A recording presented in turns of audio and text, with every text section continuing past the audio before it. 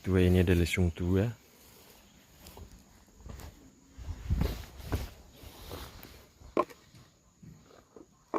Ada lesung. Kemudian ini namanya usir, teman-teman.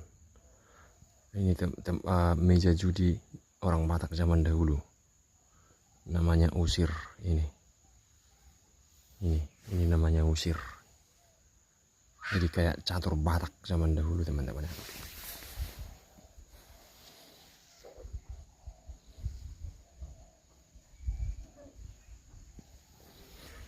Nah, jadi teman-teman, dusun Sibuel ini adalah salah satu dusun yang paling terisolir di Kabupaten Humbang Hasundutan. Walaupun dusun Sibuel ini bagian dari desa Siho